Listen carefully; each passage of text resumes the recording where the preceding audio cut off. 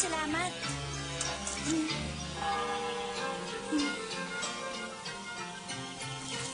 Kamusta na kaya ang prinsipe? Sana'y nasa mabuti siyang kalagayan.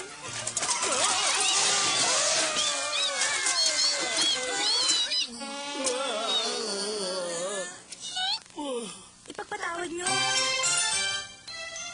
Ang pagtitipon sa palasyo. Ano, Leonard? Ano sa palagay mo? Sa palagay ko, hindi niyo magugustuhan ang aking iniisip. Na napakabata mo pa upang ikaw ay mag-asawa, ganun ba? O ayaw mo lamang talikuran pa ang buhay binata na kong prinsipe? Hindi maaari. Kailangan makapag-asawa ka sa lalong madaling panahon.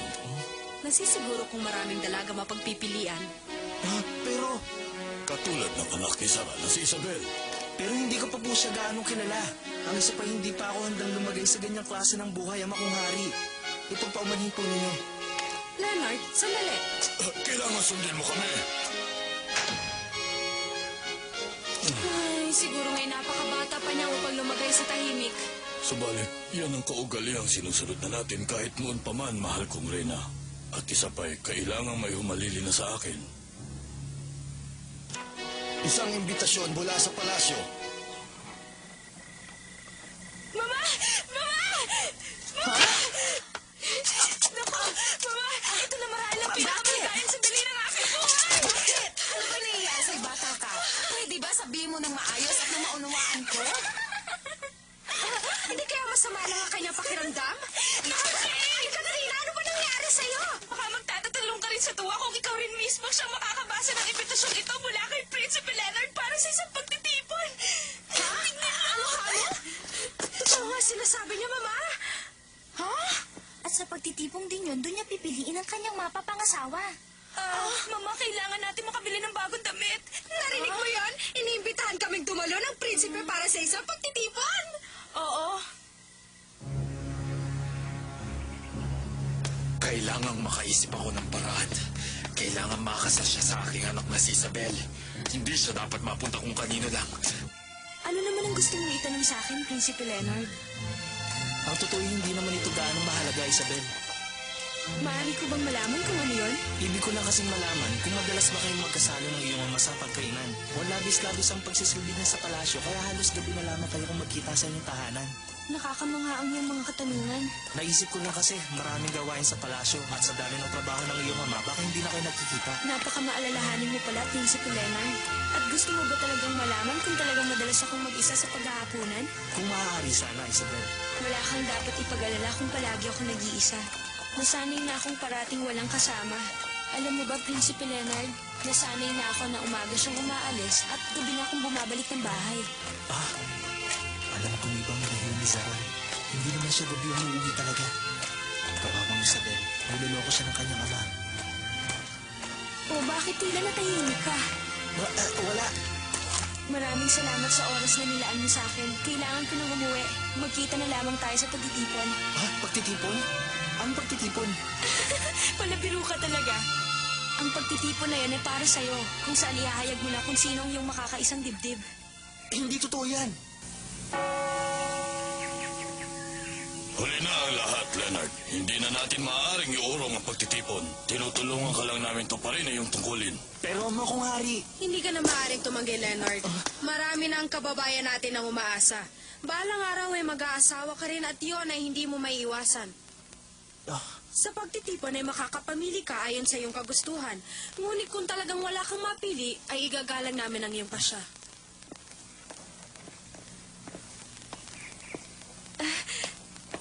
Ama! Naku, Ama, napakaganda ng aking umaga. Alam niyo bang binisita ako ni Prinsipe Leonard at nag-usap kami na matagal? Alam kong darating ang ganitong pagkakataon. Ano ang napag-usapan ninyo? Ang totoo'y karami tungkol sa inyo, Ama. Tungkol sa akin? Nagtataka lamang siya kung bakit lagi kayong wala. Siguro'y naisip niya na baka kung sakaling nasa palasyo na ako, maaaring malungkot din ako. Hindi ba napakalambing niya? Hayaan mo at ipapaabot ko sa kanya ang iyong pasasalamat. Ang totoo, ninaman man na niya ang aking kilos sa pamamagitan ng aking anak. Ngunit hindi ka magtatagumpay, Leonard. Talaga namang mas maganda ang damit ko kaysa sa'yo, ah! Ano ka mo? Kaya pala mukha kang suman! Bawin mo nga sinabi mo? Baka naman ikaw ang mukhang suman kapag sinuot mo ng damit. Hindi sa'yo bagay. Inggit ka lang kasi! At ba't naman ako may inggit? Bakit ka kasi? Pwede ba? Huwag na kayo mag-away na magkapatid. Dahil ang binili kong damit ay tiyak na babagay sa inyong dalawa. Ha? Talaga ka ba? Sapagkat kailangan maging maganda kayo katulad ng inyong mama. Ha? Kung gano'y talo na sila. Kawawang Cinderella, hindi niya masasaksiyan ang pagtitipon. At nakakatiyak akong iniisip niya makakasama siya sa atin sa palasyo. Oo nga, isasama ko sana siya sa kasiyahan yun, subalit ang imbitasyon ay nakapangalan sa akin. At sa aking mga anak lamang, maliban na lamang kung ang isa sa inyo gusto'y manatili lamang sa bahay na ito. Kawawang Cinderella.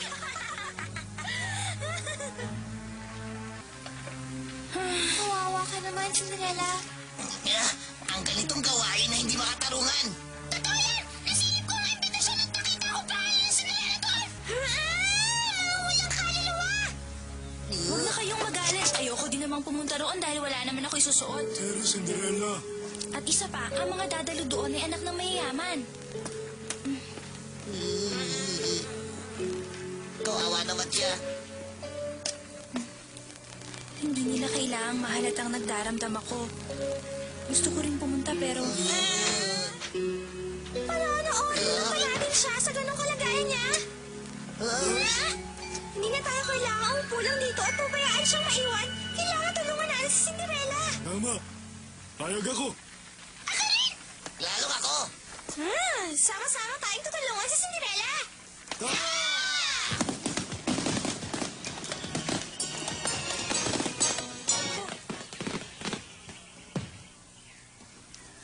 Tia, Jane, Katrina, sana'y maging masaya kayo sa kasiyahan mamaya.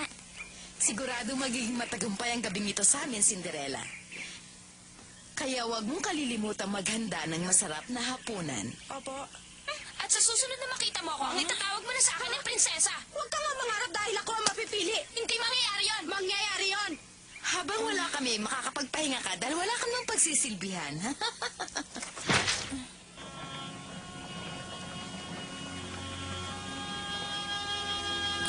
Napakapalad nila, samantalang ako'y nangangarap na maisayaw ng prinsipe. Kumain ka lang, Cinderella. At siguradong matutupad yun. Bingo, kayo pala.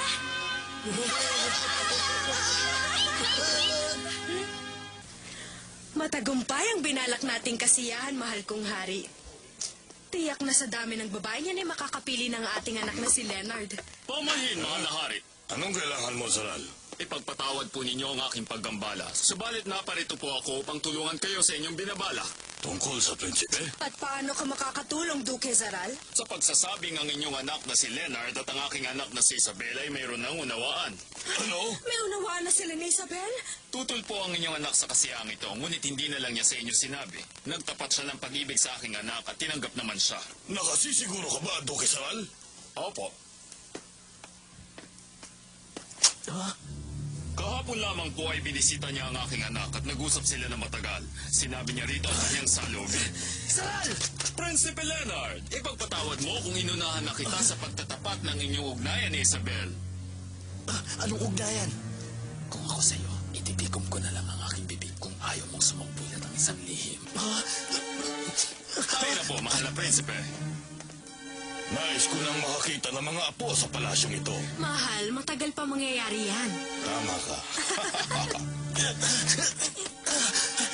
Anong kalokohan ito, Saral? Alam kong hindi mo kayang ipagpalit ang iyong mga pakikipagsapalaran sa isang simpleng bagay lang, mahal na prinsipe. Ang pagbabalat kayo ninyo tuwing kayo tatakas sa palasyo, isang bagay na hindi magugustuhan ng inyong mga magulang. Anong gusto mo, Saral?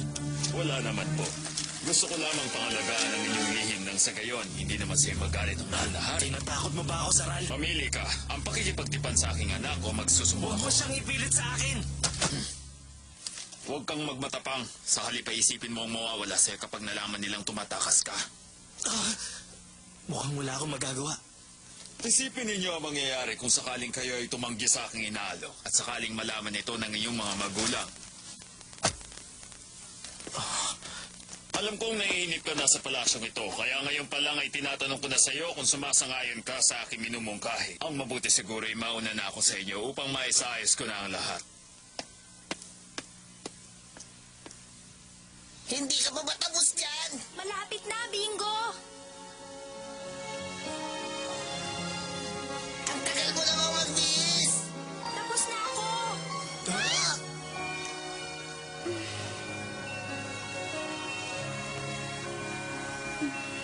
Cinderella! Ang ganda-ganda mo, Cinderella! Talaga? Bagay na bagay ang damit sa'yo, Cinderella! Salamat sa inyong lahat. Ang isipin naman natin di kung paano ako makakarating sa palasyo. Nang makasayaw mo na si Prinsipe Leonard, di ba? Tayo na! Hindi pwede! Lumabas ka! Bakit po? Mahigpit na pinagbabawal ng hari ang sino mang pumasok na walang imbitasyon! Parang awan nyo na po.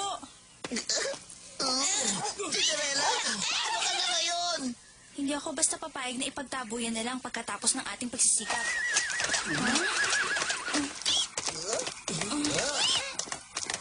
Papasukin mo kami. Gagamitin ang pagkain ito para sa pagdiriwang siya sa loob. Mabuti naman at dumating na kayo. Kanina pa kayo hinihintay na kusinero.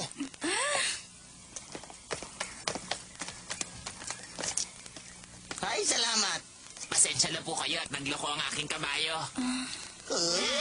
Mabuti pa siguro, Pachi. Bumaba na tayo rito. Tama ka, Cinderella. Mabuti na lang at wala nakakita sa atin. Si Pachi! Nandito ako.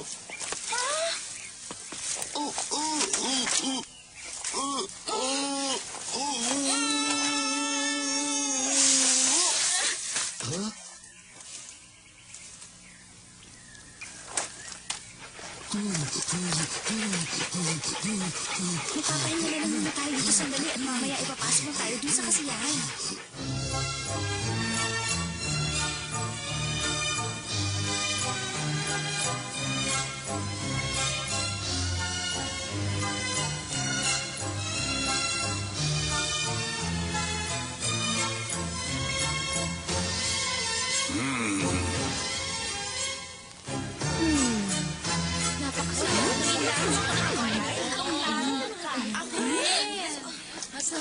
Sa ngalan ng mahal na hari at ng mahal na reyna ay malugod ko po kayong tinatanggap sa pagdiriwang na ito. Maya-maya lang po ay makakapiling natin ang ating mahal na Prinsipe Leonard. Inimbitahan po kayo rito upang makapamilya ang prinsipe ng kanyang magiging kabiyak. Ngunit sa di inaasang pangyayari, magkakaroon po ng kaunting pagbabago. Ano kaya pagbabago ang sinasabi niya, James? Siguro nakapamili ng mahal na prinsipe at yun ay walang iba kundi ako, Katrina. Mahiya ka naman sa sinabi mo. Naiinggit ka lang. Pero Leonard, hindi ka na maaaring umurong pa. Napakalawak naman ng hardin na ito. Saan kaya dito ginaganap ang kasiyahan? Hindi mo maaaring gawin yun, Leonard. Sino yun? At bakit hindi? Sapagkat kapag hindi ka nagpakita, isang malaking gulo ang mangyayari. Walang halaga sa akin. Subalit paano ka napasubo sa ganitong kaguluhan? Pero hindi ka na maaaring umurong kahit ito'y sapilit ang kasalan lamang. Sa pilit ang kasalan? Huwag kang pumayag, Leonard! Cinderella. Ang pag-iisang dibdib ng walang pag-ibig ay tulad ng kadilimang walang liwanag. Bakit narito ka? Ipagpatawad po ninyo, hindi ko po sinasadyang makihalubilo sa inyo. Ang pag-iisang dibdib na walang pag-ibig ay tulad ng kadilimang walang liwanag. Ipagpatawad niyo rin po kung sakaling nasabi ko ang mga katagang yun. Tinatanggap ko ang iyong paghingi ng tawad. Huwag mo na lang uulitin.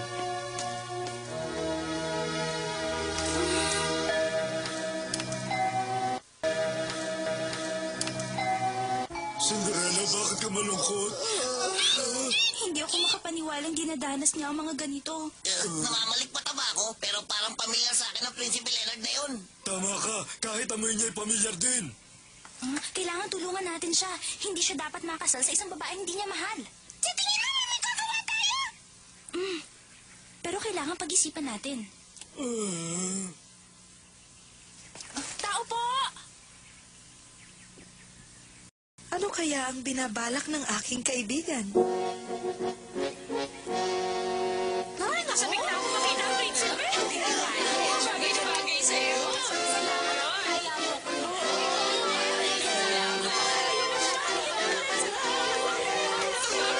Tama Tama siya, Cinderella. Hindi ako maaaring pakasal sa isang babaeng hindi ko mahal. At hindi rin ito tama para kay Isabel. Dahil ang dapat niya makaisang dibdib ay yung din nagmamahal sa kanya. Hindi ako papayag na masupil ang kanyang ama. Hindi ko hahayaang siya ang magpahayag ng bagay na ito.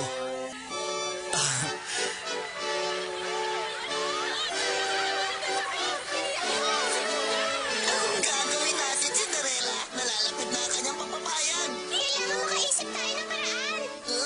Maraming salamat sa inyong paghihintay, mga binibini. Siguro naiinip na kayo para sa aking gagawing pagpapahayag.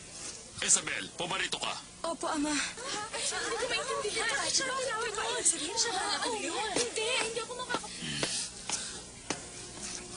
Isang karangalan para sa akin na ihayag sa inyo na ang aking anak...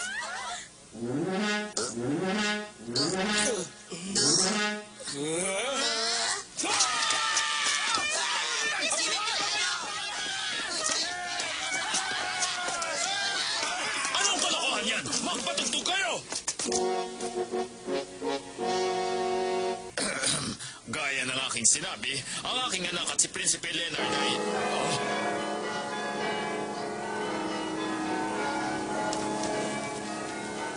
Hoy! Itigil yan! Sino ba ang gumagawa nito? Tandaan mo, Pachi, kailangan nakakatakot ka. Ako bahala, Cinderella. Tatakutin ko sila. Gaya na sabi ko, isang karangalan para sa akin ang ipahayag sa inyo na...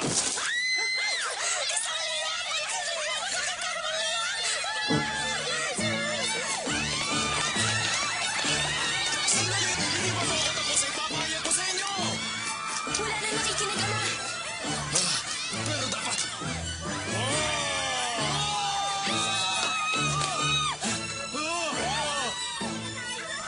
Parang nagkalimulia sa palasyo.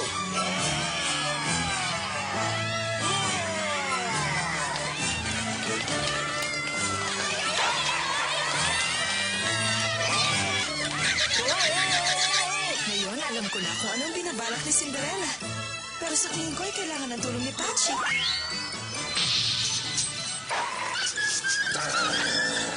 Ano nangyayari dito? Hindi ko alam, Ama. Pero ito na pagkakataon upang makaharap ko si Prinsipe Leonard. Hindi ako papayag! Hintayin mo ako!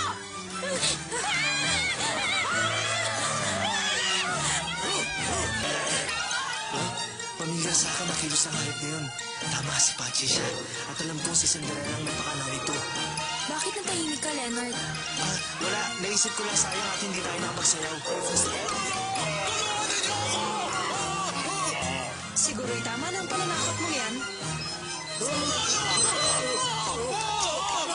Mabuti na lamang at hindi natuloy ang pagpapahayag. Siguro'y sobra-sobra ang ginawa kong panggugulo. Pero alam ko namang patatawarin ako ng mahal na prinsipe. Dahil inilayo ko siya sa gulo.